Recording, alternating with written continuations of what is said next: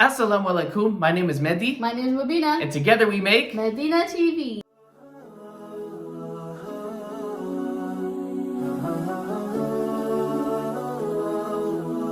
Sahat. We gotta eat Pizza Hut.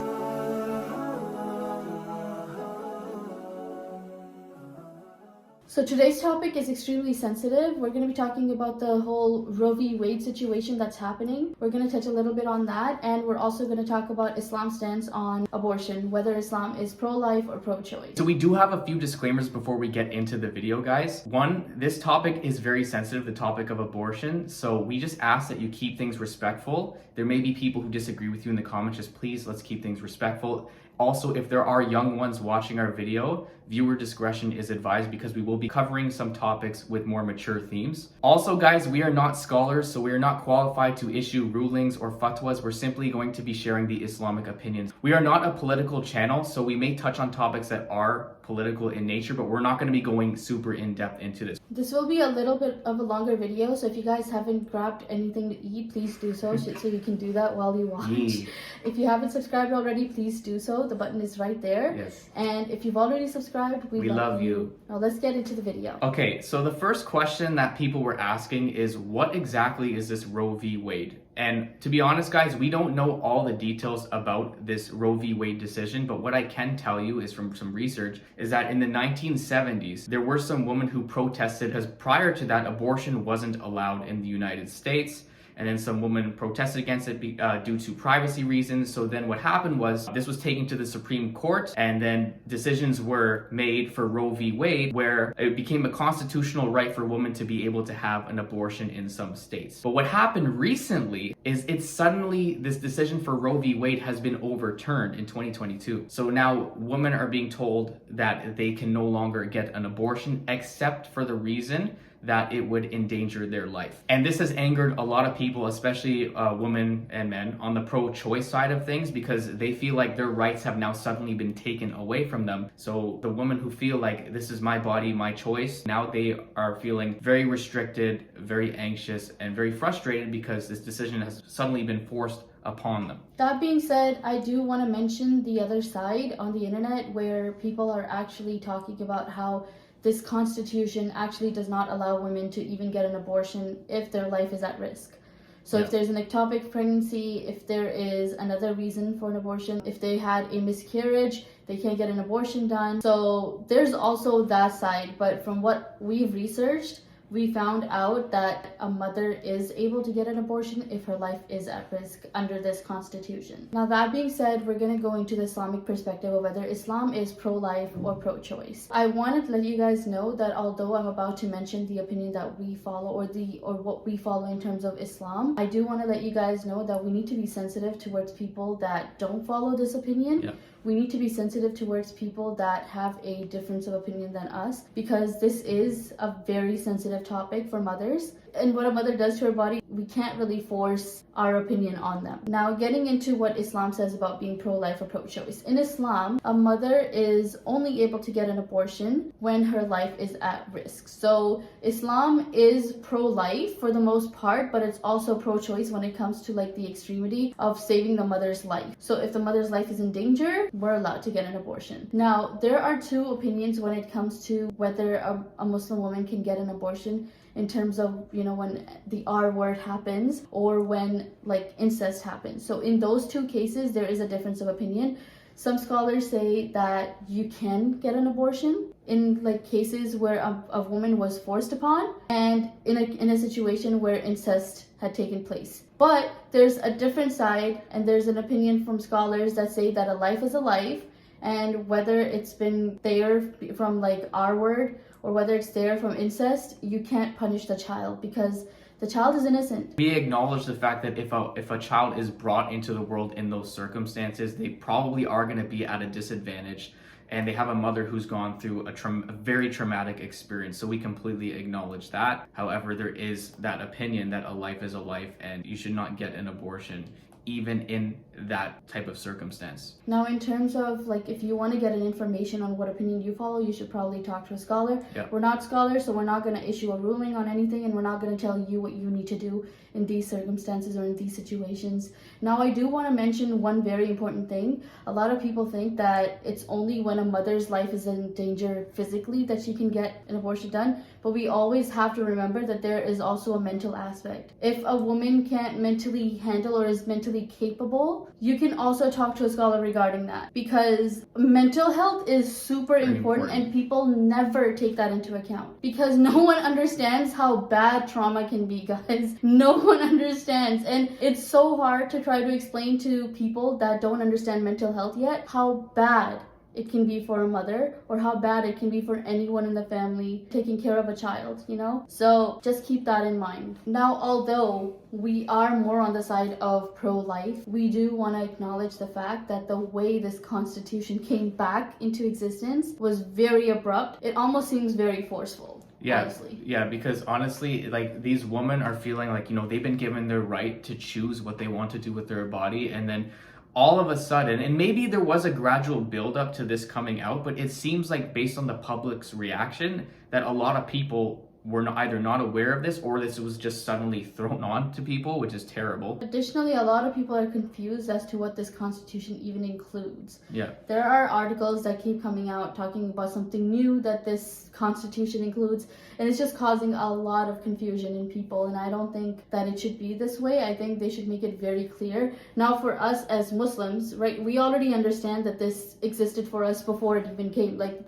even before this law was implemented, we already knew where our stance was. Yeah. So it doesn't affect us probably as much as it affects the people that have their rights taken away, which is, I don't think that's Islamically how you would do it either. Exactly. Yeah. In Islam, there's always wisdom to everything. Like, you get raised to, like, you know, believe certain things, you get taught certain things, and then it's implemented in different time periods so that you can adjust to the change. Not the way that this is like, oh yeah, now you have to do this.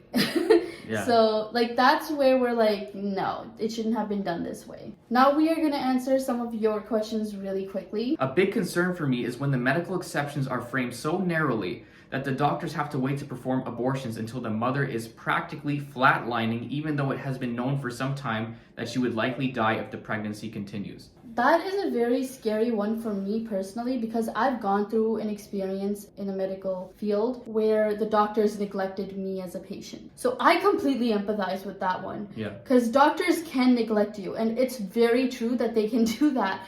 When I was getting my treatment done, basically I was going to my doctor for months, guys, months. And she saw ascites. Like, ascites is like water in your stomach, right? It's an early sign of cancer. She saw ascites in my stomach, and she was like, no, it's just a little bit of water, it's not going to do anything.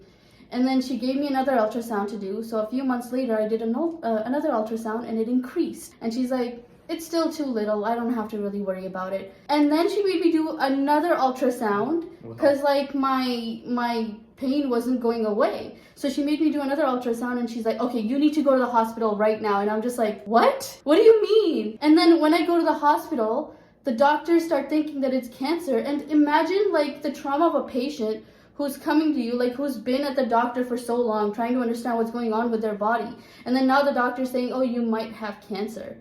It's like, wow. It's like, you know, guys, my reality shattered at that time. I thought I was actually gonna die. I really did, and it was a very, very scary experience. So doctors do neglect you in this kind of way. So I completely understand that, you know, you don't really want to trust the doctors and wait for their approval to give you this treatment for whatever extreme thing is happening to you. And I think there should be a better way to deal with this situation than to have the doctors decide whether you want to go about doing it. I think we should have certain level of decision-making rights where if a family member or a loved one is going through something so extreme or painful, then they can, you know, make that decision. Giving the doctor 100% power, like you said, over that decision, and then they delay, and then imagine just, for example, a husband, right? His husband is there, his wife is suffering. They know that there's a very high chance that the woman is going to pass away, but then the husband's like, do something, like, we got to do something, right? The doctor's just holding off, like you said.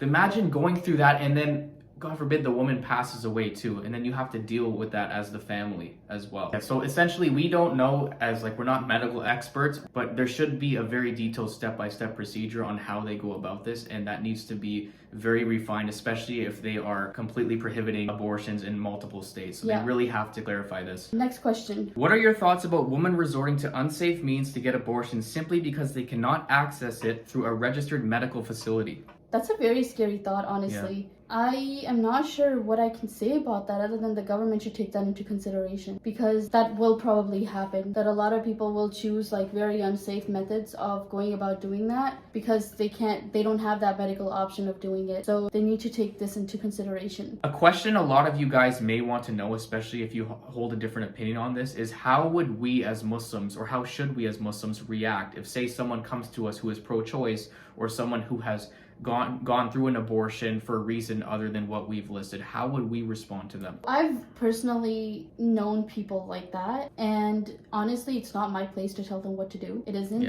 In Islam, we can only advise that, you shouldn't be doing this because Islamically, we are not supposed to do this. But at the end of the day, the decision is theirs. We can't force people to do what we're doing just because we're doing it. In Islam, we're told La ikraha fi din, which means there's no compulsion in religion. So we're not supposed to go out of our way and force people to do what we are doing as Muslims. Even with the videos we make, guys, we leave the research, and you can have your own opinion on what you want. Like even the opinions we've expressed in this video on what Islam follows, we're not pushing our belief on you or asking you to follow what we believe in. And even if we follow a different opinion from you guys, we can still empathize with the struggle and the frustration that a lot of the people on the pro-choice side are going through, because they literally feel like their right has been taken away from them. Even if we kind of agree in ways with what the pro-life side of thing is, we can still understand and empathize with what you guys are going through. Next question. What is Islam's stance on families who get abortions if, say, for example, the couple is not ready to have a child or the couple does not have enough money? So according to Islam, that's not a valid reason to get an abortion, because a life is a life. That's what we believe, that we shouldn't be punishing an innocent baby just because we can't handle it, because we believe that all babies are born with their own risk. Risk means provision. We believe that God takes care of all the babies when they're born. Yes, it can be hard. It's not very easy. I've known couples that have not planned a pregnancy and they get a pregnancy and they have the baby and their life changes for the better. So it does happen, it does happen, and you never know. You never know what's going to happen and what this baby is going to bring, because all babies bring their own risk as far as what we believe in Islam. Mind you, some of you may be like, well, I knew a Muslim family and they ended up getting an abortion. So we choose to follow these commands in our religion. If we do get an abortion in that situation, it would be considered a sin. However, our religion does not involve force. So for example, you can't force anyone, even if they don't want to follow the religion and they're Muslim. There might be some Muslims who do end up getting it. It would be considered a sin. It's not something that we are advised to do, but they still, at the end of the day, technically, they still have that choice, even though it's impermissible in our religion. It's just like a woman are commanded to wear the hijab, but if they take it off, they would be getting sins for that, but it's still their choice whether they put it on or take it off. This brings us to the end of our video. We hope you enjoyed it. We hope you liked it. If you have any thoughts or comments, or if you guys want to let us know anything that we've not included, please let us know in the comments. Please keep the comments respectful and understand again that we are not forcing you to follow our opinions. This is just the Islamic opinions that we follow. Anyway, guys, if you guys have not subscribed already, please do so. The subscribe button is right down there. And if you guys have subscribed already, we love you. If you made it this far to the video, please type rowboat in the comment, and then you can leave your... Rowboat. Rowboat. Okay. Yeah, and then you can leave the rest of your comment. Until next time, Assalamu alaikum.